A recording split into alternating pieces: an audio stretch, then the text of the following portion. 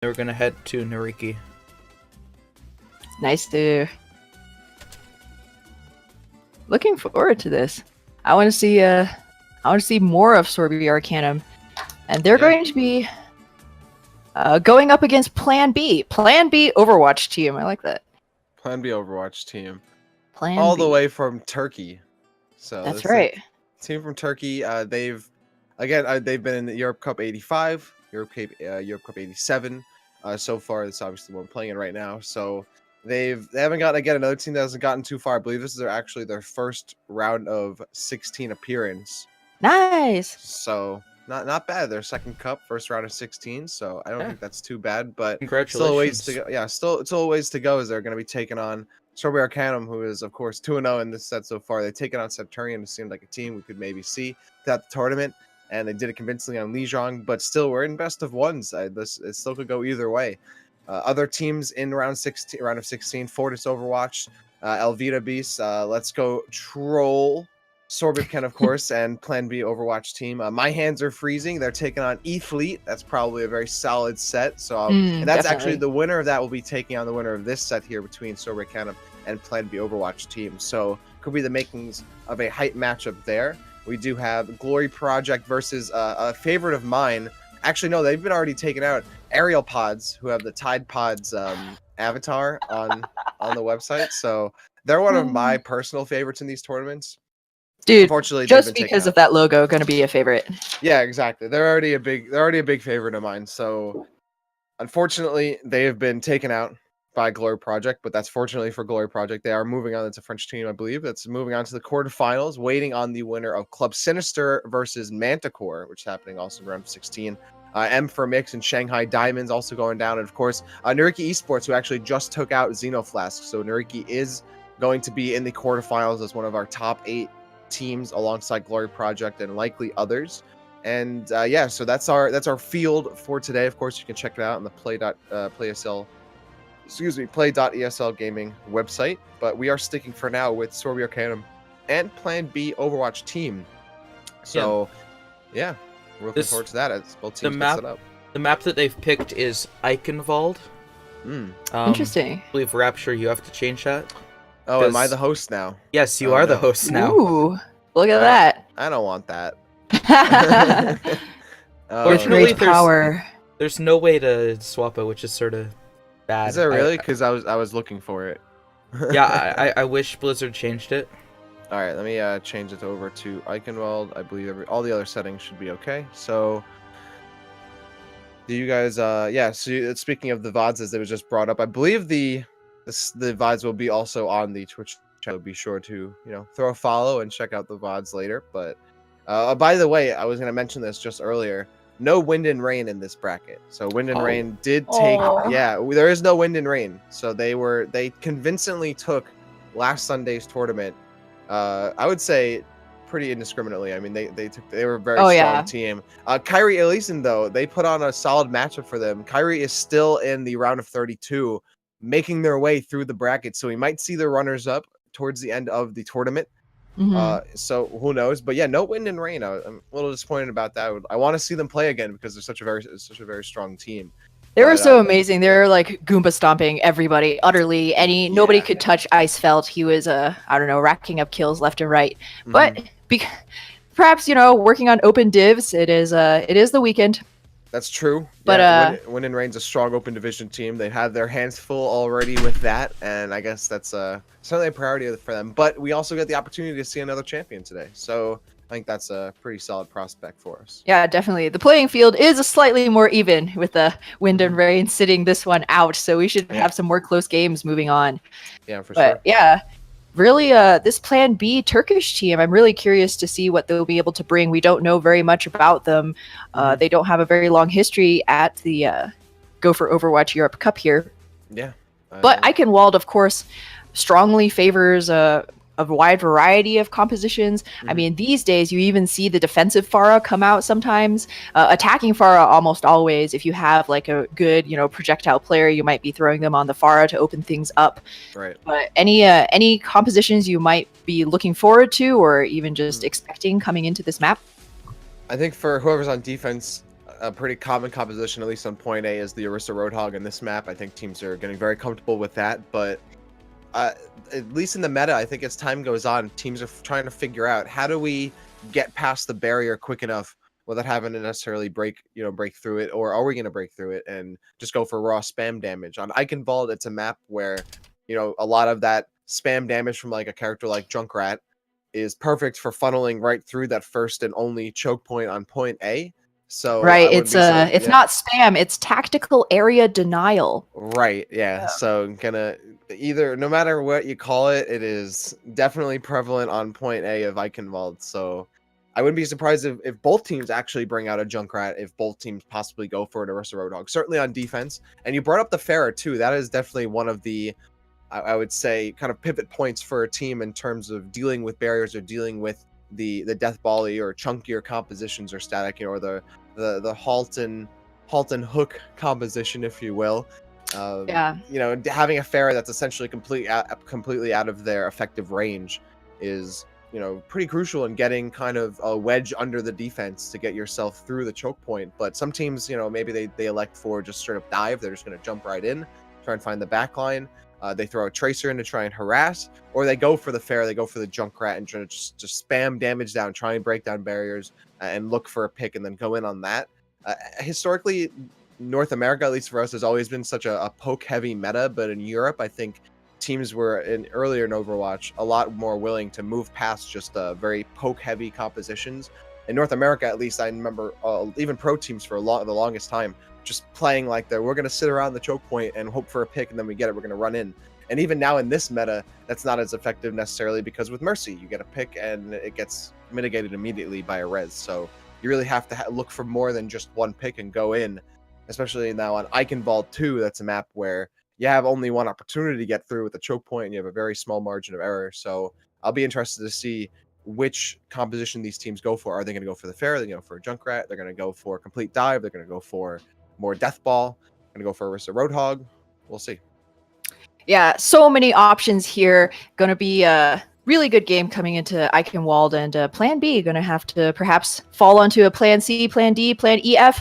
Who knows, depending on what Sørby Arcanum brings. But our teams are ready in lobby, and Rapture, as our wise leader and more importantly, the lobby owner, you ready to start the game?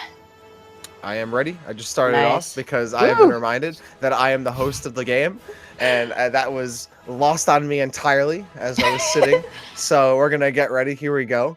Going into Eichenwald here, I believe Arcanum is going to still remain on the red side as we get started off. That means they're going to be chilling out here on offense on Eichenwald. Beautiful Eichenwald here. Meanwhile, on the blue side, yeah, it is nice out. And it was a nice day out here in New York yesterday. So I don't know how it is today. I haven't gone outside yet. I think I just woke up, rolled out of bed here to my computer.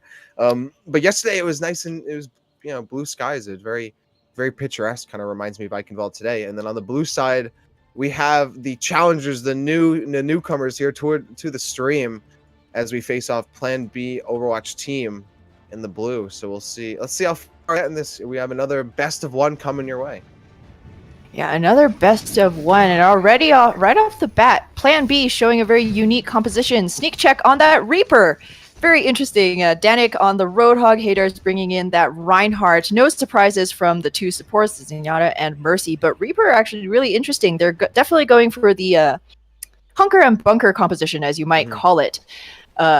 Sneak check, though, will have to watch out. Olsen on the attacking side will be bringing death and fury from the air on this Pharah pick. So it'll be a question of whose damage wins out here, ground war or air battle.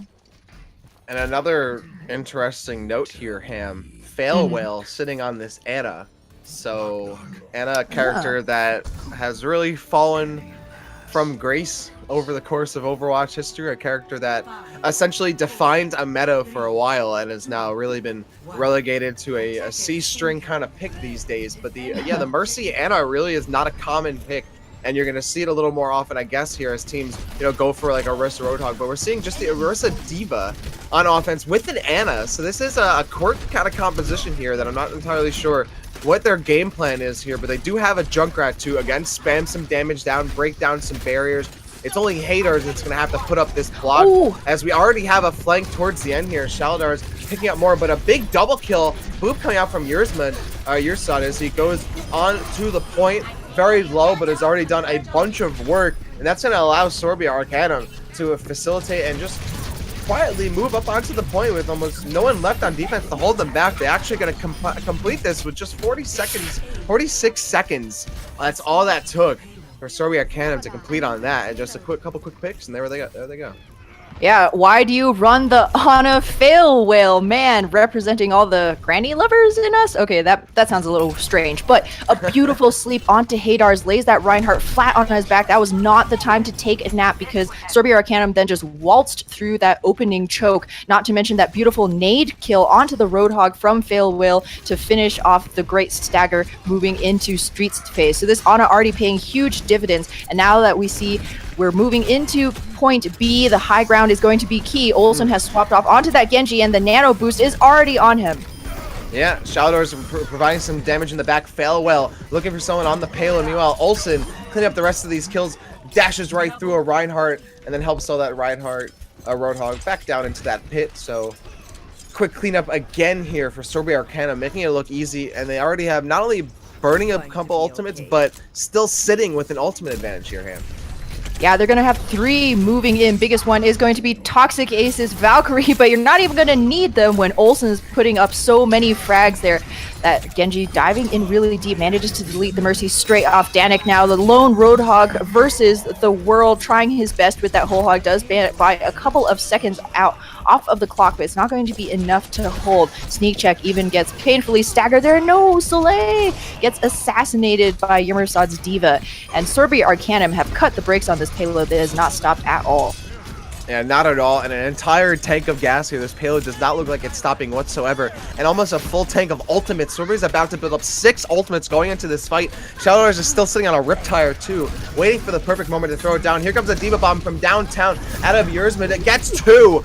Big one, and they're going to go right in as the entire support line is down for Plan B Overwatch team, and everyone is getting routed. Shaladar still sitting on a Riptire. Olsen cleaning up in his back line, looking for the Tracer, trying to clean up more, but this entire defense is absolutely destroyed. Entire defense is absolutely destroyed, but Soleil has that Valkyrie, gonna pop it immediately, bring that Diva back, but that's the only one the Mercy will be able to res.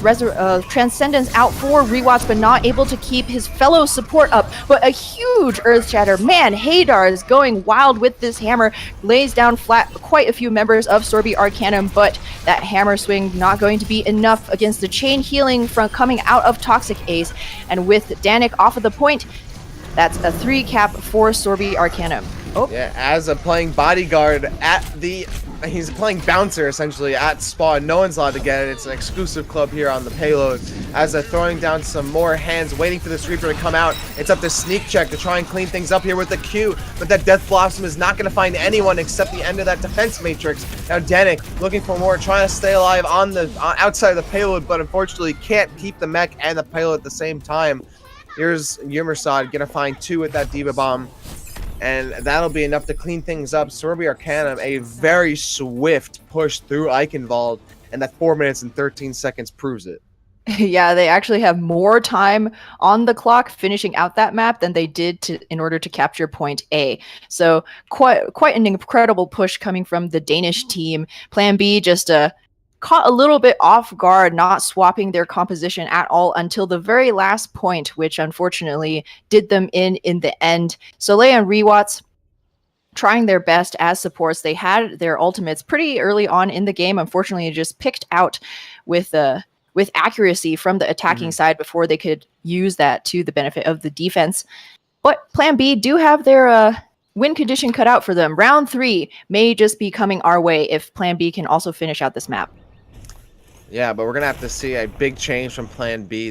We barely saw them play that map. It was pretty much an Arcanum show the entire time, just a showcase of ultimates from the red team, and very little room, very little spotlight. Plan B didn't even get their 15 seconds, let alone 15 minutes of fame.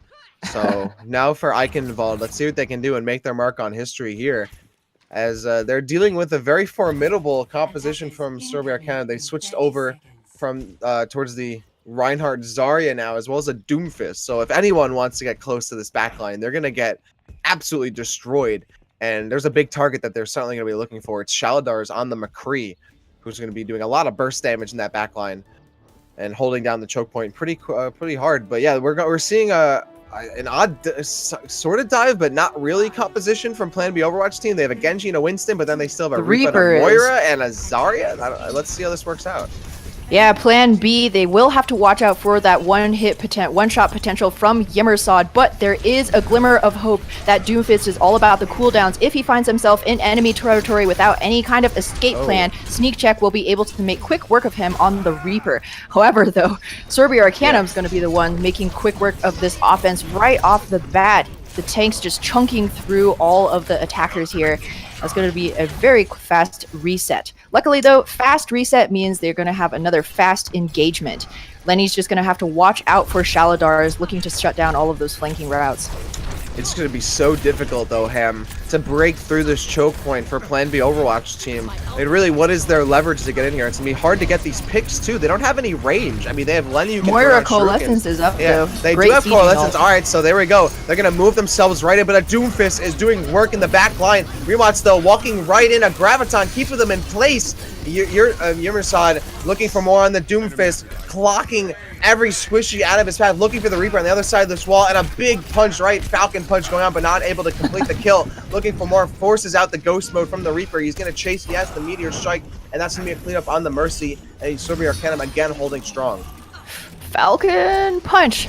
Olsen is glowing with incredible energy. This Zarya is nearly 90% charged throughout all of these engagements. And incredibly difficult to get past her here. Sneak Check, that Reaper, only going to add more to her energy if he's not careful. Another Graviton Surge, second one in this fight. Big nade from Farewell means easy peasy cleanup for Sørby Arcanum. And now they're sitting at the spawn, and why not? There has been nothing that these attackers have been able to do to put a dent in this defense. Yeah, again, this is still all the Sørby Arcanum show, an award-winning album out here, and this is something you don't want to miss out because it might be over before you know it. Now 2 minutes left, and an Earth Shatter making it look easy. Plan B Overwatch team again scrambling back to spawn, trying to stay alive against this boosted offense. Yimmersod also holding up, and again, Plan B Overwatch team is absolutely decimated. Yeah, Sørby Arcanum, though, they're running low. They only have that high noon. If their vanilla Overwatch skills fail them now, Plan B have the answer. They have 6 ultimates up. They're only going to come down to a question of finding the opportunity to use them. But no, Lenny goes down early yet again. Soleil has this Valkyrie, though. It's 1 minute and 20 seconds. This might be the time to go ahead and pop that. Use it as a sieging ultimate. Force Sørby Arcanum back onto the objective. But Olsen holding onto this Graviton Surge. They don't want to give any space. Oh, Shaladars lands the high noon behind the shield, forces the res out from Soleil onto Rewa. Now they've gotten finally someone touching the point. Graviton's being traded. It's Lenny using the blade. This could be enough. Exactly what Plan B Overwatch team needs. The Graviton and blade being thrown down. A big combination. Hadar's also getting the primal rage. And yeah, they built up enough ultimates, found Sørby Arcanum without the ultimates to stop them. It was only Saladars on the high noon, and they found the perfect window to strike, and they did. Lightning struck. It doesn't strike twice, but I think Plan B Overwatch team will take that first one. Yeah, Plan B Overwatch going to be picking up at least this first checkpoint, but they'll have to be careful yet again. This portcullis is such a dangerous choke point. No, Yimmersod finds Soleil in the backline yet again. Sneak Check throws that Death Blossom out, and he will be bringing death indeed. A 4K for this man right off the bat. He absolutely saved that for his team. This is crucial because Sørby Arcanum were looking poised to spawn camp Plan B yet again. Now finally they might be able to make their way through this choke and get a little bit more distance. Yeah, the Ana might be on the other team, but Sneak Check reminding us what meta it is. A big 4K with that Death Blossom. Haven't seen those in a long time. And now they're going to push their advantage, but maybe too much here. Oh, Soleil being put on the back.